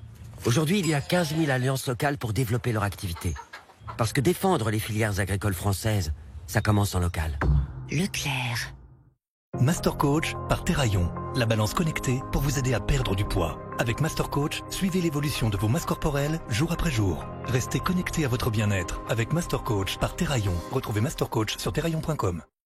Dès qu'elle est entrée chez Spoticar, j'ai su qu'on allait vivre plein de choses ensemble. Et que si on m'avait aussi bien révisé et préparé, c'était pour le jour où elle aussi serait prête pour moi. Spoticar, l'un des plus grands réseaux de voitures reconditionnées en France. Plus de 40 000 véhicules disponibles immédiatement, en ligne ou en concession. Spoticar, nos voitures n'attendent plus que vous. Êtes-vous prêt à passer une Nova Nuit? Endormez-vous plus rapidement. Réveillez-vous moins souvent. Et soyez en forme le matin. Nova Nuit Triple Action libère plus rapidement la mélatonine pour passer une Nova Nuit. Sur BFM TV, à la une de l'actualité, plus de 10 000 hectares de forêt qui brûlent, qui continuent de brûler en Gironde, dont plus de 7 000 dans le secteur de Landiras. C'est le feu le plus important, le plus difficile à contrôler. Un village va même être évacué à la Teste de Bûche. Le feu semble en passe d'être maîtrisé. Nous retrouverons Thomas Herman sur place dans un instant. Dans ce contexte, les évacuations se poursuivent donc autour de Landiras. C'est le cas à Ostens, tout près de là, avec Nicolas Coadou qui a rencontré les élus les élus locaux, notamment le maire et le sous-préfet de Gironde, qui sont sur place pour une évacuation préventive de la population afin d'éviter toute diffusion du feu sur place. Dans l'actualité également, cet homme interpellé du côté d'Angers. 3 personnes sont mortes après une attaque à l'arme blanche dans le centre-ville. Les victimes sont jeunes. L'une d'entre elles n'avait que 16 ans. La piste d'une rixe est évoquée. Une enquête est en cours. Nous parlerons de la canicule, évidemment. 34 degrés à Grenoble, 38 à Toulouse, 39 à Montpellier. Le sud de la France suffoque actuellement sous les températures caniculaires et ça sera encore pire les jours qui viennent. Reportage à suivre dans le Tarn. Météo France a placé en début de journée en vigilance orange 16 départements. Ils pourront s'élever à beaucoup plus. Dans quelques instants, on fera le point avec Sandra Larue sur cette nouvelle vigilance à 16h.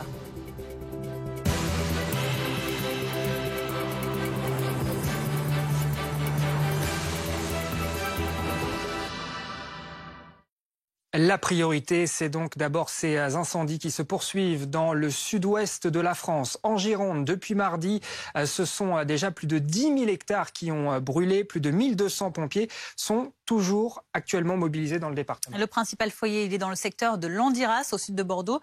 Thomas Herman, on vous retrouve sur place. Les soldats du feu qui continuent donc leur combat contre les flammes avec d'autres évacuations prévues. Oui, effectivement, et puis on a tout de même une situation assez défavorable. Pour vous donner une idée, hier, lors du point de 21h, on était à 4300 hectares ravagés par les flammes. Désormais, depuis la mi-journée, nous sommes à 7000 hectares. C'est pour vous dire à quel point ce feu progresse. Pourquoi progresse-t-il aussi rapidement? Eh bien, les conditions météorologiques ne sont pas du tout favorables. On a des rafales de vent jusqu'à 40 km/h. On a un taux d'humidité dans l'air qui est inférieur à 30%. Et puis surtout, on a des températures qui peuvent aller jusqu'à 39 degrés. Face à cette progression du feu et surtout un vent qui a tourné et qui a dévié le feu dans une autre direction, il y a des évacuations à titre préventif cet après-midi. Alors on avait déjà évacué ici dans le secteur de Landiras 2200 personnes. Potentiellement c'est 1500 personnes supplémentaires qui vont être évacuées. Alors c'est à la fois des hameaux, des maisons, mais également une base de loisirs. Tout ça est en train d'être coordonné avec l'ensemble des forces de secours sur place, notamment la gendarmerie. Tout ça est fait dans le calme. Les habitants ont été prévenus sans lien avec les élus locaux. Tout ça, je rappelle, est à titre préventif. Enfin, je termine sur le fait que nous avons suivi le travail des sapeurs-pompiers depuis 13h ce midi sur le terrain. Nous avons suivi, par exemple, une colonne du Gard qui est arrivée en renfort. Et ce qui est intéressant, c'est que cette colonne est spécialisée dans le feu tactique. Qu'est-ce que c'est? Eh bien, on va allumer en fait du feu pour lutter contre le feu. Donc sur 1,5 km, il y a eu une barrière de feu qui a été allumée par ces sapeurs-pompiers du Gard. Tout ça très encadré, bien évidemment, par rapport aux conditions météorologiques. Le feu, en fait, arrivait vers nous tout simplement. Et au contact de ce feu tactique, eh bien, il s'est arrêté au bord de la piste. Ça veut dire, en fait, une route dans le jargon des sapeurs-pompiers. Donc, il y a plusieurs méthodes qui sont utilisées au sol, mais également sur les moyens aériens, avec toujours 3 Canadair et un Dash pour lutter contre cet incendie. Je rappelle que 1200 sapeurs-pompiers sont mobilisés. Merci beaucoup Thomas Herman avec Julien Apalou pour continuer de parler de la situation donc en Gironde. Un invité à distance, le lieutenant-colonel Michel Santamaria. Bonjour. Vous êtes porte-parole de la Fédération nationale des sapeurs-pompiers de France. Thomas Herman parlait à l'instant de cette tactique qui peut surprendre. Le feu tactique, est-ce que vous pouvez nous en dire plus sur cette méthode? C'est vrai qu'il peut surprendre. Écoutez, votre reporter a très bien résumé, il a très bien expliqué. C'est tout simplement créer un feu pour lequel le feu original va venir mourir et donc va stopper toute avancée et toute progression du feu qui était que l'on souhaitait avoir à s'arrêter. C'est tout simple et donc mais c'est tout simple, mais il faut voir que ce sont des spécialistes, une spécialité chez les sapeurs-pompiers et bien sûr en prenant en compte toutes les conditions météorologiques nécessaires pour pouvoir mettre en place ce feu tactique. Restez avec nous, lieutenant-colonel. On va voir la situation du côté d'Austin. On reste dans le coin de Landiras. Nicolas Coadou, vous êtes sur place avec les élus locaux et c'est cette évacuation de quelques 1500 personnes, évacuation préventive que vous continuez de suivre pour nous. Absolument. Eh bien, elle commence à l'instant. La réunion de crise vient de se terminer. Vous le voyez, c'était dans le bâtiment qui est juste derrière moi. C'est la salle des fêtes de la ville d'Austin. Alors, pour vous expliquer ce qui s'est passé, en fait, il y avait le sous-préfet qui était présent, le maire de la commune, des gendarmes et des élus locaux. En fait, l'objectif, eh bien, déjà, c'est de zoner le territoire pour voir quelles sont les zones à évacuer en priorité. Et il faut préciser que si ici on évacue, ce n'est pas le feu qui menace directement les habitations. L'incendie dont vous a parlé Thomas est à 7 km, mais vous le voyez peut-être sur ces images, l'air est extrêmement vicié. Le ciel est extrêmement gris, on est en plein milieu du panache de fumée. Donc 1500 personnes ici vont être évacuées, des gendarmes et des élus municipaux qui partent ensemble. Des gendarmes, eh bien, pour éventuellement inciter les gens qui ne voudraient pas partir à pouvoir partir, bien que l'évacuation ne soit pas obligatoire. Et les élus locaux, eh bien, c'est eux qui connaissent le mieux le terrain, c'est eux qui peuvent orienter au mieux les forces de l'ordre pour faire ces évacuations. Justement, ici, il y a énormément de monde, beaucoup d'habitants qui sont extrêmement inquiets parce qu'ils ont de la famille, ils ont des gens, c'est notamment le cas de Florian. Florian, bonjour, quelles ont été les consignes d'évacuation? Là, on attend la Croix-Rouge pour qu'ils puissent évacuer le grand-père de ma femme qui est alité, qui bouge pas du tout. Enfin, voilà, qu'est-ce qu'on vous a dit pour qu'on nous tient au courant, il faut attendre.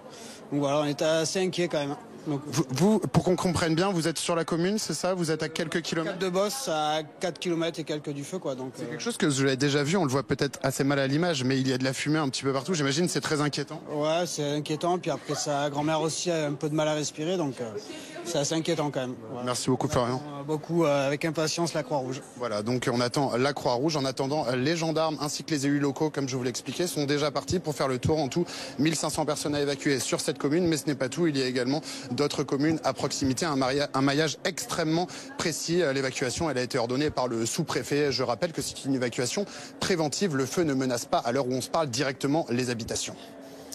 Merci beaucoup Nicolas Coadou en duplex donc avec Julie Roser. Lieutenant-colonel Michel Santamaria, vous êtes toujours avec nous, on voit ces évacuations.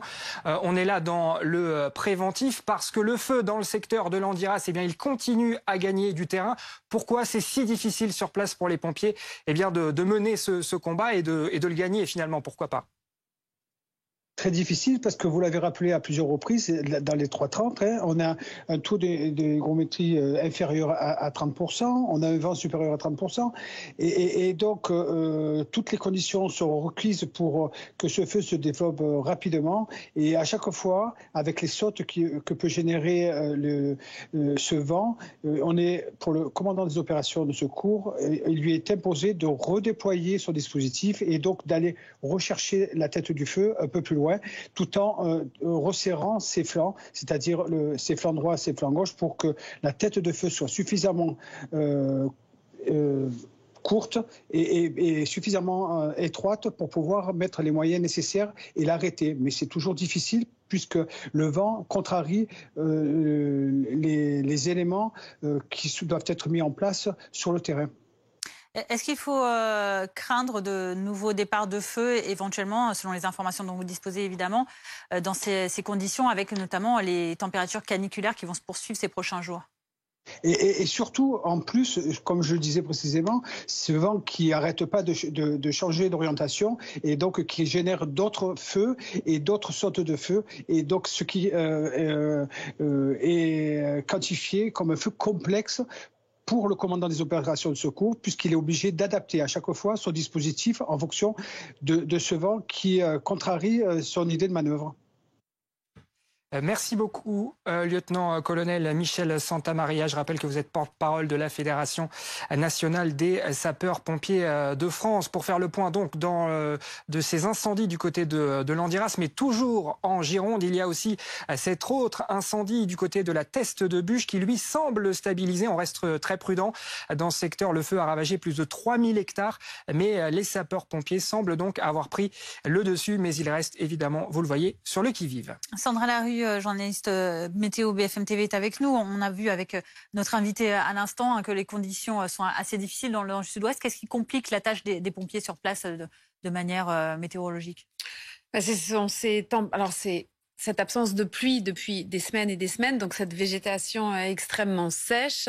On a également, alors vous le voyez, cette vigilance canicule qui a évolué, mais surtout toujours présente sur la Gironde, donc sur le département concerné. Donc ces températures qui grimpent et qui ne vont cesser de grimper puisque le pic est vraiment attendu entre lundi et mardi. Donc oui, les valeurs sont en nette hausse. On avait par exemple aux alentours de 34 hier, 37 aujourd'hui, ça ira jusqu'à 39 demain, 41 après-demain. Donc des températures qui grimpent, donc on a cette chaleur. Et puis surtout, on a aussi le troisième phénomène important, ce cocktail qui fait que ces incendies sont très difficiles à contrôler, c'est ce vent qui souffle très peu, mais on a quand même des rafales de secteur nord-est entre 20 et 30 km par heure. Et contrairement aux nuits précédentes, eh bien, il ne s'abaisse pas la nuit, il reste là. Donc c'est vrai qu'on a des rafales entre 20 et 30 km par heure, mais ça peut suffire à compliquer vraiment le travail des pompiers sur place. Et ce vent, eh bien, il va se maintenir, vent de nord-est toujours pour demain et également pour lundi. Et lundi, c'est le pic de cet épisode de canicule, donc ce pic de chaleur. Donc il faudra vraiment suivre la situation. Voilà, et on a donc cette nouvelle vigilance orange qui vient de tomber tout à l'heure à 16h. On était à 18 départements. 16. À 16, pardon, et là, on passe à 36. À 38. 38. Donc on est à 38 départements au total, et vous le voyez, donc 38 départements en orange, mais on en a 54 autres en jaune. C'est-à-dire que sur l'ensemble du pays, il va faire très chaud. Seul le Puy-de-Dôme, l'Allier et l'Ain, c'est plus simple de compter ceux qui ne sont pas en vigilance, voilà, sont en vert. Bon, ailleurs, on va avoir des températures qui vont grimper, d'où cette vigilance, des températures qui vont avoir évidemment du mal pendant ces 3 prochains jours, ces 3 prochaines nuits à descendre en dessous des seuils. Et c'est notamment sur la Bretagne qu'il va falloir surveiller la situation, parce que là, on attend des températures... Enfin, c'est partout qu'il va falloir suivre la situation, mais sur la Bretagne, on pourrait battre des records. Les Alpes-Maritimes aussi sont concernées avec ces températures extrêmement élevées le matin. Donc, on va peut-être voir l'animation de masses d'air avec... toujours cette pompe à chaleur qui est en place sur le pays, avec cette dépression, cette goutte froide. Ça, c'est l'ancienne vigilance, cette goutte froide qui est située au large de l'Atlantique. Et donc, autour de cette dépression, on a des vents qui soufflent dans le sens inverse des aiguilles d'une montre. Et donc, tout cela a tendance à ramener en continu cet air très chaud en provenance d'Espagne sur l'ensemble du pays. Et vous le voyez, donc d'ici à lundi, c'est quasiment tout le pays qui sera concerné par ces très fortes chaleurs, avec progressivement donc ces températures qui vont grimper. Déjà au nord pour cette journée de samedi, ça s'intensifie encore pour demain. Localement, plus de 40 degrés sur le sud-ouest, 34 à 36 degrés sur le nord-ouest. Donc vous voyez, c'est vraiment tous ces départements concernés par cette vigilance orange sur l'ouest et sur la région Rhône-Alpes également. Et ce n'est pas fini. Donc ça, c'est dans le détail. Les températures pour demain, 35 degrés à Brest, 36 à Nantes, 40 degrés à Toulouse, 33 à Paris. Là aussi, on monte d'un cran, 37 à Montélimar. Et pour la journée de lundi, donc là, c'est vraiment le pic qui s'installe, 40 à 42 degrés attendus sur la façade atlantique. Donc probablement des records à battre sur le Finistère. Des records qui seront battus sur le Finistère avec ces températures extrêmement élevées. Mardi, ça continue. Il faudra vraiment attendre la journée de mercredi pour voir les valeurs baisser de façon assez nette, même si on restera quand même dans des niveaux très élevés au vu des températures qu'on aura pu atteindre. Donc voilà, mais on perdra par endroits plus de 10 degrés, en tout cas 10 degrés. Bon bah vivement mercredi, parce que en attendant on souffre, notamment dans le sud. On va voir ça justement dans le Tarn avec des castrets qui souffrent mais qui s'adaptent. Écoutez. Faut faire avec quoi. Donc la température c'est la saison. C'est vrai que cette année peut-être il fait un peu plus chaud que d'habitude, mais faut s'adapter, donc c'est l'été. On sort un peu le matin, on dort, on ouvre pour la fraîcheur. Et dès que la chaleur revient, eh ben, ma foi, nous fermons et on attend que ça passe. On met la climatisation. On a du mal à aérer les maisons le soir. Il faut attendre 10h, 22h, 22h30 pour vraiment aérer. Moi, je crains pas trop la chaleur, donc ça va. Et puis je me tiens à l'ombre, comme on dit. Je sors pas trop l'après-midi, je regarde le tour et voilà. Oui, bon, après... Et le soir, quand on peut, on sort. Les conséquences de la canicule à la montagne, pas pour tous les massifs, vous allez le voir, puisque dans le massif du Mont Blanc, le glacier de la Tête-Rousse est petit, mais dangereux. Après une catastrophe meurtrière en 1892, il est parmi les plus surveillés des Alpes françaises. Oui, si la plupart des glaciers voisins reculent sous l'effet du réchauffement climatique, celui du Mont Blanc pourrait au contraire être en train de se refroidir. Le glaciologue Christian Vincent décrit un processus extrêmement paradoxal. Pierre-Henri Holderbaum. T'as vu ce qui est le glacier suspendu là, oui, en dessous là, et puis on voit une trace de cuvette là. Si l'environnement semble apaisant, à 3200 mètres d'altitude, l'inquiétude des scientifiques plane au-dessus du massif du Mont Blanc. En fait, ce qu'on cherche là sur le glacier, c'est à montrer est-ce que la cavité principale sur laquelle on est là maintenant, elle est connectée avec le haut du glacier. Parce qu'on suspecte qu'il y a encore un autre volume d'eau, mais plus diffus, dans le haut du glacier. Et si ce volume d'eau était connecté à cette cavité, alors là, ça serait problématique. Une situation qui avait déjà eu lieu en 1982 dans la zone du Fayet, où une poche d'eau était à l'origine d'une avalanche qui a tué pas moins de 200 personnes. En 2010, un même événement avait été évité ici. Depuis, le glacier de la Tête-Rousse est sous haute surveillance. C'est pour ça que cette poche d'eau, elle a été vidangée en 2010. Malheureusement, elle s'est remplie d'eau à la fin en 2011 et elle a dû être revidangée en 2011, pompée donc, et en 2012, pareil, elle a été repompée. Mais depuis quelque temps, leurs recherches confirmeraient que le glacier serait en train de se refroidir. Un processus qui est extrêmement paradoxal, qui est compliqué, qui s'explique par des processus thermodynamiques. S'il se refroidit complètement, là, on serait dans une situation favorable, parce qu'à ce moment-là, il ne peut plus y avoir de formation de poche d'eau. Sur les 550 glaciers que compte la France, certains sont amenés à disparaître ou à s'effondrer en raison du réchauffement climatique. 16h16 sur BFM TV, on en vient à présent à ces 3 personnes tuées, dont un mineur. 3 autres également ont été légèrement blessés. C'est le bilan d'une rixe qui a éclaté la nuit dernière en plein centre-ville d'Angers. Un suspect de 32 ans a été interpellé et placé en garde à vue. Maëva Lamy est sur place à Angers. Bonjour Maëva, que s'est-il passé exactement ? Eh bien, d'après les premières informations que nous avons, le suspect, un homme âgé de 32 ans, serait venu ici parce qu'il était gêné par un groupe de jeunes qui écoutaient de la musique. Ce groupe de jeunes l'aurait repoussé, il serait alors parti, mais il est finalement revenu armé, cette fois-ci équipé d'une arme blanche. Il aurait alors blessé grièvement 3 personnes au thorax, des personnes âgées de 16, 18 et 20 ans qui sont ensuite décédées des suites de leurs blessures. 3 autres personnes ont également été légèrement blessé. Le suspect, lui, a été maîtrisé. Il a ensuite été interpellé et placé en garde à vue. Alors, vous pouvez le voir juste derrière moi sur ces images de Mewen, le prêtre. La zone est toujours quadrillée. Elle est complètement encerclée par des barrières et il y a toujours des policiers, des forces de l'ordre qui sont sur place, qui surveillent les lieux. Nous avons également pu voir des taches de sang sur le sol, aussi bien sur l'esplanade que dans les rues voisines. Preuve donc de ce drame qui s'est passé la nuit dernière, de ces violences. Et nous avons pu parler avec certains riverains qui ont entendu énormément de bruit la nuit dernière et qui dénoncent des nuisances assez régulièrement. Je vous propose de les écouter. Ce qui s'est passé, c'est qu'à partir de minuit, on a vu qu'il y avait une fête qui se passait en face avec une sono qui commençait à devenir relativement tonitruante. C'est monté en gamme et j'ai senti que c'était pas bon. Je suis en colère parce qu'on n'a pas mis en place les moyens qu'il faut et que ça fait 3 ans que les riverains les réclament et que l'on n'est pas écouté par la ville d'Angers. Ça nous dit aussi ce drame, parce que je suis profondément triste, mais aussi en colère. C'est-à-dire ça nous dit que finalement, quand un espace qui a vocation à être un espace public de partage est laissé à l'abandon, ça donne ça. Vous l'aurez compris, donc des riverains très en colère et inquiets suite à ce drame. Alors bien sûr, les investigations se poursuivent pour tenter de comprendre exactement ce qu'il s'est passé. L'enquête est confiée à la Sûreté départementale d'Angers. Merci beaucoup Maëva Lamy avec Mewen, le prêtre sur place. On va parler maintenant des vacances. Et pour ceux qui partent en vacances, il y a cette question. Est-ce que vous seriez prêt à rouler moins vite sur l'autoroute pour moins polluer, mais aussi pour faire des économies? C'est en tout cas le cas de 63% des Français qui ont été interrogés dans ce sondage Ipsos. Sonia Carnero est sur une aire d'autoroute de l'A6 en Essonne, en région parisienne. Et les vacanciers sur place ne sont pas forcément d'accord avec cette mesure. Alors oui, justement, je suis avec Denise et Yves, on va leur poser la question. On est ici sur la A6. Est-ce que vous seriez prêt à rouler à 110 plutôt qu'à 130 afin de faire des économies de carburant? Alors personnellement non, pour moi c'est 130. L'autoroute c'est fait pour s'adapter à la circulation. On paye pour rouler, donc 130 c'est bien.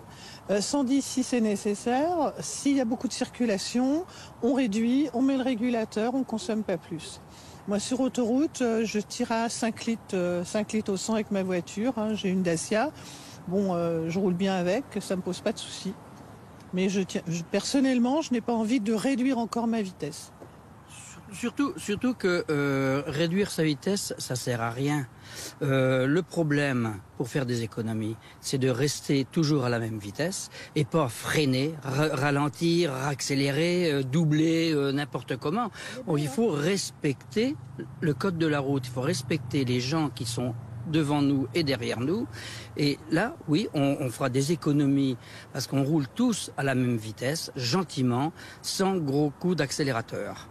C'est là justement qu'il faut que les gens ils comprennent.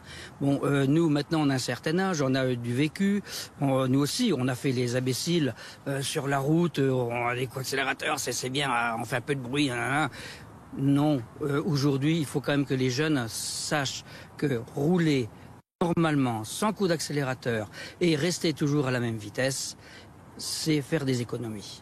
Merci beaucoup Denise et Yves, le message est passé. En tout cas pour vous, ce sera 130 km/h ici sur la A6 direction les vacances. Voilà, et pour ceux qui ont décidé de partir en avion, attention à cette grève. Transavia, la filiale d'Air France, est touchée par un mouvement social à l'appel d'un syndicat d'hôtesses et de stewards autour des salaires. Les conséquences, ce sont près d'un tiers des vols qui sont annulés aujourd'hui, un quart demain. Pour les passagers, c'est évidemment la pagaille. Reportage de Jules Boiteau et de Florian Porras. Dans ce terminal de l'aéroport d'Orly, des dizaines de voyageurs attendent désespérément. Beaucoup ont appris le jour de leur départ en vacances que leur vol était annulé. On était censé voir ses grands-parents, il y en a un qui est malade. Ça fait 4 mois qu'on a pris les billets, quoi. Ouais, on est dégoûtés, quoi. On a payé le taxi pour arriver, c'est tout un système. On ne pensait pas qu'il y avait autant d'hôtesses de l'air en grève. Et apparemment, il faut que je monte un dossier, on va m'envoyer un mail. Et suite à quoi, il va falloir que je fasse une réclamation. Franchement, c'est la galère. Ce week-end, la filiale low cost d'Air France prévoit l'annulation de près d'un vol sur 3, faute de personnel. 300 des 700 hôtesses et stewards de Transavia réclament une hausse de leur rémunération, plutôt que les primes proposées par la direction. Selon le syndicat du personnel navigant, beaucoup de salariés sont payés en dessous du SMIC légal. La direction de Transavia n'a pas daigné ajuster les salaires en fonction de l'augmentation du SMIC. Ça fait 2 mois qu'on les alerte sur ce problème. Malheureusement, ça tombe forcément pendant les périodes estivales. Nous, tout ce qu'on demande, c'est une grille de salaire écrite et qui sera appliquée directement le 1er janvier 2023. Pour le moment, la grève court jusqu'au dimanche 17 juillet. Mais le syndicat dit réfléchir à une prolongation du mouvement ou à d'autres appels à la grève en août s'il n'est pas entendu. 16h22 sur BFM TV. Dans quelques instants, on va revenir sur ces 38 départements placés en vigilance orange par Météo France, surtout dans l'ouest et dans le sud-ouest de la France. En fait, à part 3 départements, toute la France est en vigilance jaune. Le pic des températures est attendu en début de semaine. Nous reviendrons également sur ces plus de 10 000 hectares désormais de forêts qui ont brûlé dans le sud-ouest de la France, en Gironde, avec des centaines de pompiers toujours mobilisés, notamment à Landiras, où plus de 7000 hectares sont partis en fumée. C'est un brasier très difficile à maîtriser avec le vent tournant notamment. Nous ferons le point dans notre édition de 16h30. À tout de suite.